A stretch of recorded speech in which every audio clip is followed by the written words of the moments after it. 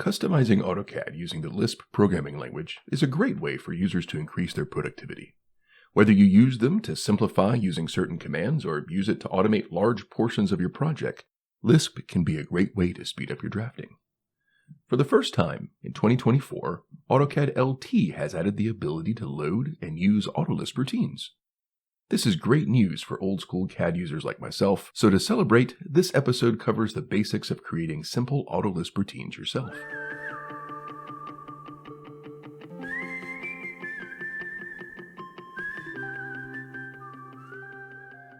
AutoLISP is a version of the LISP programming language that can directly interact with AutoCAD.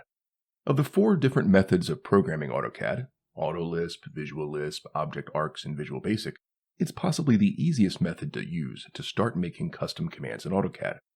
Unlike the other options, it only requires a text editor. AutoLISP routines can be found and downloaded online in many different places. Popular sites like AfroLisp, CAD Corner, and CAD Studio have several hundred routines you can download and use. Sadly, many of these routines were written for older versions of AutoCAD. Changes to the AutoCAD API can render these programs inoperable in modern versions of AutoCAD.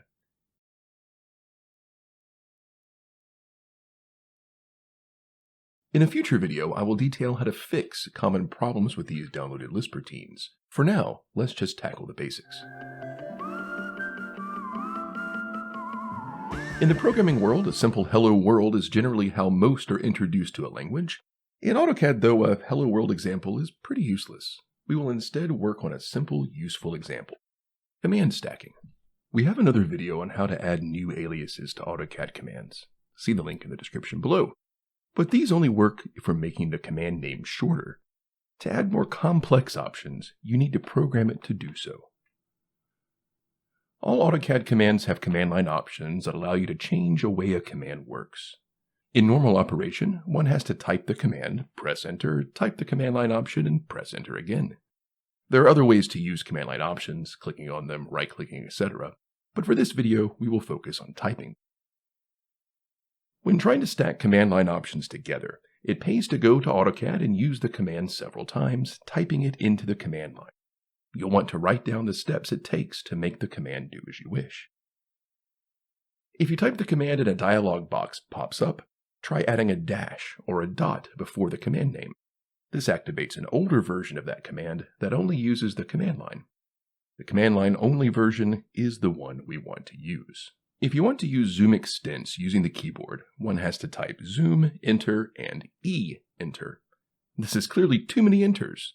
If we write that command in Lisp, we can remove one of them. This may not seem like a huge savings, but believe me, they definitely add up. We will begin by starting a new document in Notepad. We'll start by typing in the steps we need to remember: zoom and E. All AutoLISP commands start with an open parentheses and the command defun. This lets AutoCAD know we are naming a new command. Adding C:/ZE parentheses means we are naming the new command as ZE, and the blank parentheses indicate we aren't passing it any parameters. Next, we add a new line of code. To make it cleaner, we'll add a tab to this line to show that it's inside the command itself. Unlike, say, Python, AutoLISP doesn't need the tabs. It's only to make it easier for us to read. Inside a new set of parentheses, we add something from the AutoCAD API. Command, zoom, E. The command part lets AutoCAD know we're calling a regular AutoCAD command. In this case, zoom. Anything in quotes will be typed for you, followed by the enter key. After entering the zoom command, we want AutoCAD to use the extents option, so we add an E. That's it. Well, mostly. We now need to make sure the command closes cleanly. To do this, we add one line to our code. Print C. This simply adds a blank line in our command line after the command has been executed.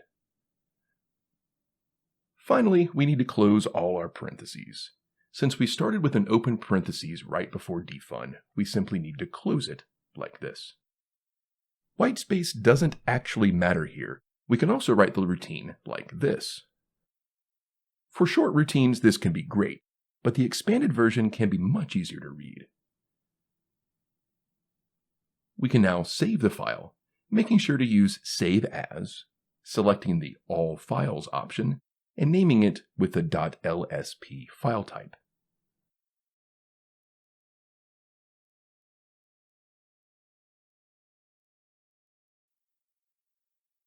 To load it into AutoCAD, go to the Manage tab and choose the Command Load Application. You can also type appload. Browse to the file you created, and AutoCAD will add a new command ZE, which will accomplish our simple task with less effort. Hooray! Now that you've seen an example, let's get a little more generalized. Every command in Lisp is surrounded by parentheses, like this. Just doing this isn't super interesting, so most commands can take in more information, also inside of parentheses, like this. The problem is, this can also take input, like that. It's a good idea when you're starting out to try and put each command on its own line and use the tab key to line up arguments to better show the program structure. If it's really simple, it can be easier to read if we change up the format a bit, but generally, that's the way it's put together. You now officially know enough Lisp to tell a programmer, Lisp sure does have a lot of parentheses, and they will laugh. True story. In our previous example, we're calling 3 commands. The top line is required for all Lisp routines. It names the command we're about to write. All it's doing is telling AutoCAD everything inside these parentheses is called ZE. Just assume you always have to do this. It needs to be unique. You can't load another command called ZE and expect AutoCAD to know which one you want. It will always execute the last one you loaded. The middle line is where the actual work is done. We're simply typing in an AutoCAD command exactly how you would in a program. Do not use an alias for this, as users can easily change their aliases and then your program wouldn't work. Each item in quotes is entered into the AutoCAD command line. It's the equivalent of simply typing zoom, enter, enter. The last line is generally required for the end of a Lisp. In AutoCAD, a command has to return control of the command line back to the user. This is done by printing a blank line on the command line. Again, just assume you always have to do this. Now that you've seen the basics, here are a few examples from one of my main Lisp routines, one called Quick Key. Here I've defined several shortcuts that I use regularly. You will see that I've defined several commands in a single file. You can define as many routines that you want in a single file. They simply get their own defun code to separate them out. I've also used a semicolon to add comments that help me remember what I was trying to do when I first wrote it. Comments are your friend. Some of the examples introduce a new option in the command function. Often in AutoCAD, you need to click on the screen or enter a number in the middle of a command. Pause allows you to take a break from the Lisp routine and let the user drive. I've always been disappointed in how the old break at point doesn't give you any feedback and let you know it's actually done something. So you'll see in the BB command, I added a note using the prompt command that is displayed in the command line when the command is finished.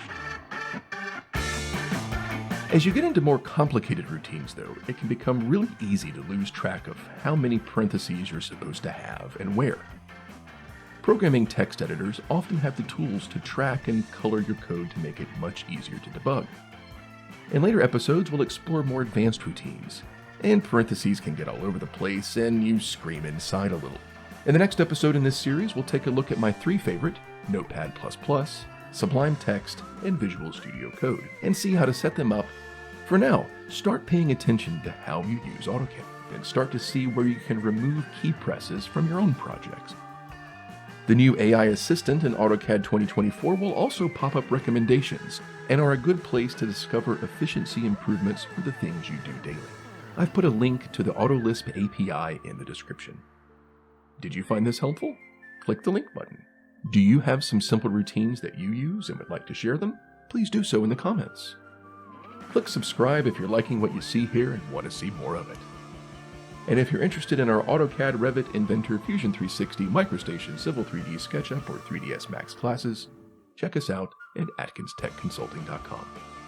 As always, I'm David, and happy CADing.